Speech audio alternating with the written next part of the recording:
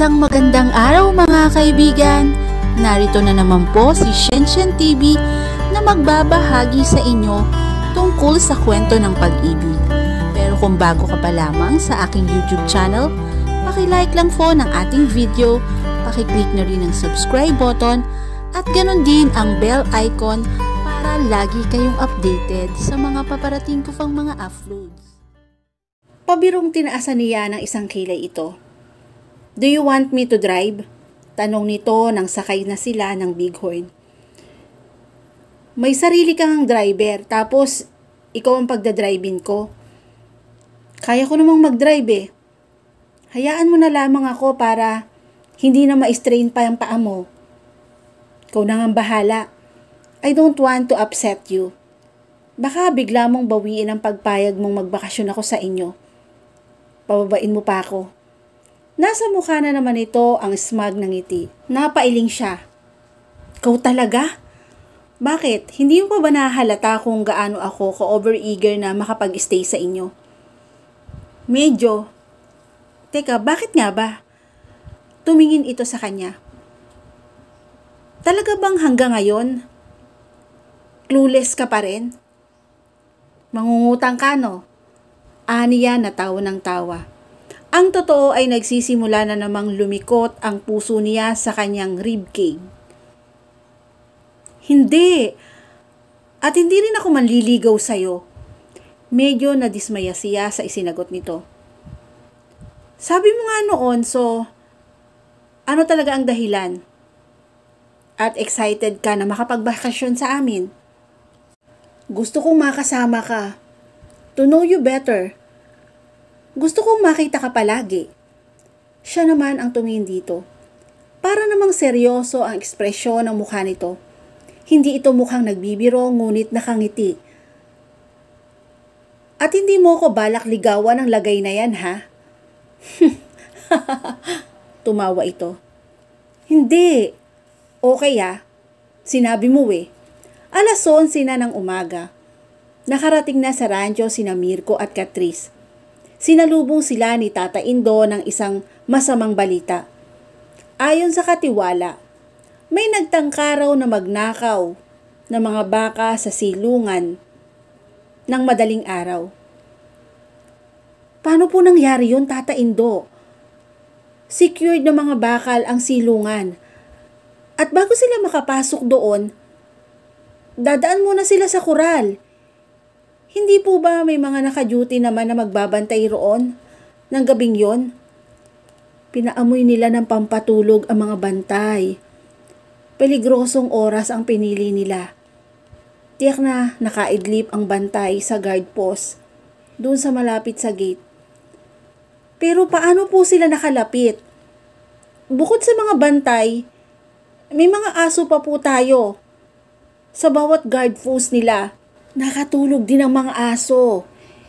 Hinagisan yata ng pagkain may pampatulog. Kaya nga nagawa nilang pumasok eh. Hindi ko nga alam kung paano nila nawasak ang malaking bolt sa gate ng kural. Mabuti na lang, nag-ingay ang mga hayop sa silungan. Nagising kami ng yaya siling mo. Nang puntahan namin ang silungan, tumatalilis na ang mga nagtangkang magnakaw." "Ano pong itsura nila? Nakilala niyo po ba sila? May dala po ba silang armas?" Singit ni Mirko. "Hindi namin nakilala ang alinman sa kanilang tatlo. Nakasuot sila ng bonnet. Mata lang nakalabas. Napansin ko yung isa, may nakasukbit na baril sa likod pero hindi ko gaanong masipat kung anong klaseng baril yun eh. Malamang na Armalite. Nag-report na po ba kayo sa pulisya?" "Oo, Catrice. Pagliwanag kanina, sumadya agad ako sa istasyon ni na Hepe. Galing na rito ang mga tauhan niya para mag-imbestiga. Ngayon lang nangyari to. I used to think na impregnable ang rancho. Kaya nga kahit minsan walang nagtangkang looban ito noon eh. Ngayon siguro dapat na nating doblehin ang security ng buong rancho. Nakahanda na ang mga materyales para sa pagkukumpuni ng nasirang gate sa kural. Catrice, Hinihintay ka lang namin para makita mo rin ang nasira. Sige po, Tata Indo. Kakain lang kami at magpapahinga sandali. Bibisitahin ko kaagad ang koral.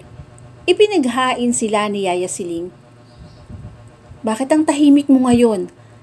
Tanong niya kay Mirko. Iniisip ko lang yung nangyari. Kapag ka pumasyal ka sa koral mamaya, pwede ba akong sumama? Oo naman. Dati na bang may mga nagtatangkang magnakaw sa rancho? Wala akong natatandaan eh. Maliit pa kasi ako noon eh. Pinabakura na ni Papa ang buong rancho. At hindi basta bakod ang pinalagay niya. Matitibay na bakod. Kahit gaano katibay ang bakod kung may makikipagsabuatang tauhan ang rancho. Hindi rin imposibleng mapasok ito, hindi ba? Oo, pero subuko na kung gaano katapat ang mga tauhan namin dito. Maaaring mahirap lang sila pero lahat sila mga tapat. Pero hindi pa rin guarantee yun na may kahit isa sa kanilang posibleng matukso, right? Well, I guess you are right. Pero ayoko pa rin isipin na sa tagal ng paglilingkod nila sa amin, ngayon pa nila sisirain ang tiwala ko sa kanila. Naiintindihan kita. Sana nga, hindi sila sangkot dito. Pagkatapos nilang kumain, wala pang isang oras na nakakapagpahinga, ay niyaya na ni Mirko na magtungo sa rancho. Sumama si Tata Indo sa kanila. Gaya ng sinabi ng matanda, sinira ang malaking barrel bolt sa gate ng rancho. Nagtataka talaga siya kung paano mula sa labas ay nagawa iyon ng mga nagtangkang magnakaw. Tanggal ang pinagkakabitan ng bolt. Si Mirko ay patingin-tingin sa nasirang bolt at sa paligid. Ginamitan pa ng welding ang gate. Komento nito maya-maya.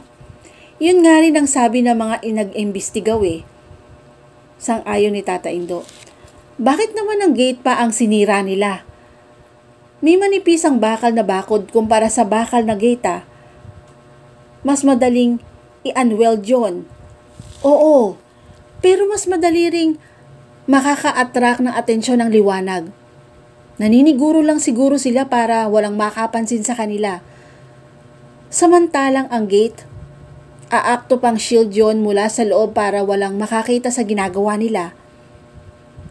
May katwiran ka riyan. Sang-ayon ni Tata Indo. Pero sino nga kaya ang mga gumagawa noon? Yun ang hindi makatkat sa isip niya. Wala silang kagalit sa lugar na yun. Wala silang inagrabyadong tao. Sa katunayan, napakarami na nakipaglibing sa papa niya. Napakarami ng mga nakiramay at nagbigay ng suporta sa kanya noong nakaburol at kahit pagkatapos pa ng libing ng kanyang ama. Ewan ko, Katris, pero may kutob ako. Ang mga rebelde ang mga may gawa noon. Ano naman po ang atraso namin sa kanila para gawin nila to? Hindi ang mga dating rebelde ang tinutukoy ko, Katris, kundi ang bagong sibol na rebelde na kalaban din ng mga dating pangkat. Tumango si Mirko sa sinabi ng matanda.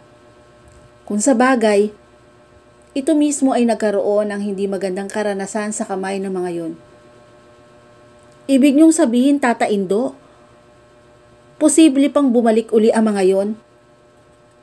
Talagang babalik ang mga yon. Dahil wala naman silang nakuha nung unaw eh. Kaya dapat ngayon pa lang, mapaghandaan na natin ang pagbabalik nila. Naglagay ng takot at agam-agam sa dibdib niya ang sinabi ng katiwala. Nang mawala ang papa niya, inisip niyang makakaya niya ang pagpapatakbo ng rancho. Bata pa siya at mulat na siya sa kalakaran doon. Kabisado na niya ang mga transaksyon at ginagawa roon. Bahagyang adjustment lamang ang naranasan niya nang siya na ang mamahala ng rancho. Ngunit hindi siya handa sa mga ganong klase ng problema. Ipagawa na po ninyo ang nasirang gate, Tata Indo. Aniya na lamang. at bumalik na siya sa bahay. Hindi sumunod si Mirko sa kanya. Nang lingunin niya ito, nakita niyang kausap na naman ito ni Tata Indo. Nang pumasok siya sa kabahayan, ay sinalubong siya ni Yaya Siling at Ate Terry. Tumawag kanina ang ninong Raimundo mo, Catrice. Nagbilin siya na tawagan mo raw siya kapag narito ka na. Ana ng matanda. Sige po, Yaya. Salamat. Iniabot ni Ate Terry sa kanyang isang folder. For signature ang mga yan. Catrice, sige, iabot ko na lamang sa iyo mamaya. Lalampasan na niya ang mga ito nang bigla siyang may maalala. Yaya, kayo na ang bahalang mag-asikaso sa mga pangangailangan ni Mirko. Doon muna ako sa kwarto ko. Oo anak, ako nang bahala sa kanya. Gwapo nga palang Mirko na yun ha. Nakangiting komento ni Ate Terry. Nagkibit balikat siya. Wala siya sa samud na mag-entertain ng idea tungkol sa kanila ni Mirko ng mga oras na yon. Tinawagan agad niya ang ninong Raimundo niya. Itinatanong nito kung totoo ang nabalitaan nito tungkol sa tangkang pagnanakaw sa rancho. Kinumpirma niya. Catrice, iha, gusto kong tulungan ka kung kailangan mo ng competent at mapapagkatiwala ang mga tao. Magpapadala ako riyan para mas may magbabantay na mabuti sa rancho. Sige nga po, tito. Ninong, pagkatapos ng nangyari. Kailangan nga po namin ng dagdag na tauhan eh. Hayaan niyo po at sasabihin ko ito kay Tata Indo. Tatawagan ko na lang po kayo kung ano ang mapagkasundoan namin. Iha, bakit kailangan mo pang konsultuhin ang katiwala mo? Ikaw naman ang may-ari ng rancho. Sang-ayon ka naman sa sinabi ko. Bakit hindi na lang ikaw ang magdesisyon? Kasi po, hindi na rin po iba ang turing ko kay Tata Indo eh. At siya po ang mas may malawak na experience pagdating sa pagpapatakbo ng rancho. Kahit noong nabubuhay pa si Papa. Malaki rin po ang tiwala niya sa mga idea at kakayahan ni Tata Indo. Pero huwag mo namang palaging hingin ang opinion niya sa mga idea mo na sa palagay mo naman ay tama. Natawa siya sa tono ng ninong niya. Ninong, kakampi ko si Tata Indo. Hindi niya ako bibigyan ng maling advice. In fact, kaya nga naging maunlad ang aming rancho. Partly, ay dahil na rin sa malasakit niya roon. Bueno, tawagan mo na lamang ako kapag nakapag-usap na kayo. Ninong, wag naman po kayong magtatampo ha. Ani niya na maging malamig ang tono nito. Alam naman ninyo na kung gaano kayo ka-importante sa akin eh. Para ko na rin po kayong pangalawang ama. Hindi iha, hindi ako nagtatampo sa'yo. Sige na, at may kakausapin pa ako. Nagpaalam siya rito. Naibaba niya ang telepono ay hindi pa rin makatkat sa isip niya na nagtampo talaga ang ninong Raimundo niya sa kanya. O kung hindi man nagtampo ito, tila nagselos ito kay Tata Indo. Nagbuntong hininga siya. Mahalaga sa kanya ang ninong niya at ang katiwala niya.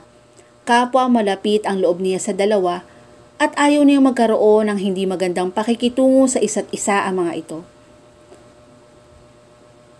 May anak ba si Tata Indo at Yaya Siling? Usisa ni Mirko kay Catrice.